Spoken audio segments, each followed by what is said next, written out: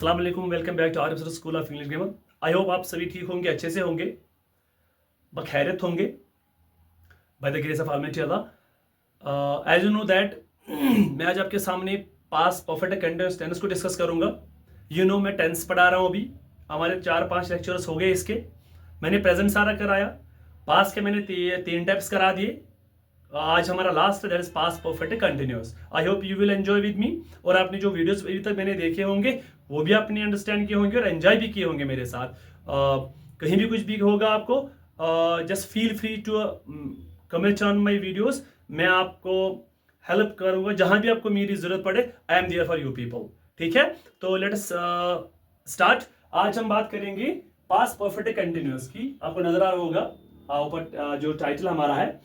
That ऐसे action को denote किया जाता है जहां पे एक्शन हुआ है पास्ट में and the work will continue till it becomes perfect. That's it has been called as past perfect continuous. ये कॉम्बिनेशन बेसिकली इसकी है, past perfect and past continuous की कॉम्बिनेशन से बनता है पास्ट परफेक्ट कंटिन्यूअस। क्लियर?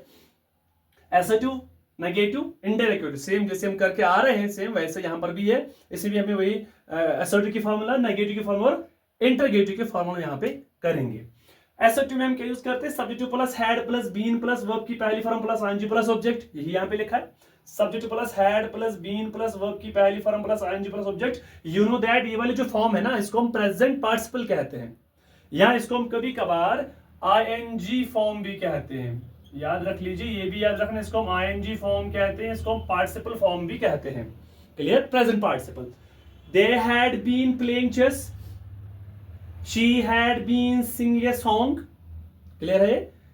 इसके बाद हमारा negative, subject plus had plus not plus been plus verb की पहली form plus ING plus object. I simple insert not in between had and been. Had और बीन के बीच मैंने नॉट लगा दिया, बन गया इसका negative. He had not been singing a song, she had not been cooking food. Clear है? I hope you understand this. Now interrogative.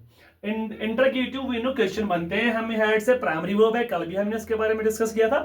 Had plus subject plus been plus verb की पहली form plus ING plus object. यही है, had plus subject plus been plus verb की पहली form plus ING plus object. Had he been singing a song, बन गया इसका interrogative. Had she been cooking food, बन गया इसका इंटरोगेटिव। ठीक है, तो ये थे एसर्टिव, नेगेटिव, इंटरोगेटिव के फॉर्मूले अबाउट पास्ट परफेक्ट कंटिन्यूअस। बिल्कुल इजी है, फॉर्मूला के बेस ही सारा टेंस में आपको सिखाऊंगा और सबसे इजीएस्ट वे है टेंसेस को याद रखने का। क्लियर है? आप जब भी कभी कभार कन्वर्सेशन करोगे या राइटिंग के दौरान यूज करोगे, it will help you lot while memorising these formulae about all those tenses. Clear? तो अब इसके बारे में नोट यहां पर भी सेम है जो कल भी था वैसा। हैड यहां पे यूज हुआ है, ओवर हियर। हैड किसके साथ यूज करते हैं? हैड हम यूज करते हैं हर किसी के साथ। सिंपल याद रखना, विद एवरी सब्जेक्ट, चाहे वो सिंगुलर हो या प्लूरल हो। मैंने यहां पे लिखे हैं वैसे सारे, I, we, you, he, she, they, it, singular plural subjects हर किसी सब्जेक्ट के साथ यूज किया जाता है, चाहे वो आई हो, वी हो, यू हो, ही, दे, शी, इट, जो भी होगा। तो यहां पे लिखा मैंने, it is used with every subject. इसका यूज हर एक सब्जेक्ट के साथ किया जाता है, तो इसमें कोई प्रॉब्लम नहीं है।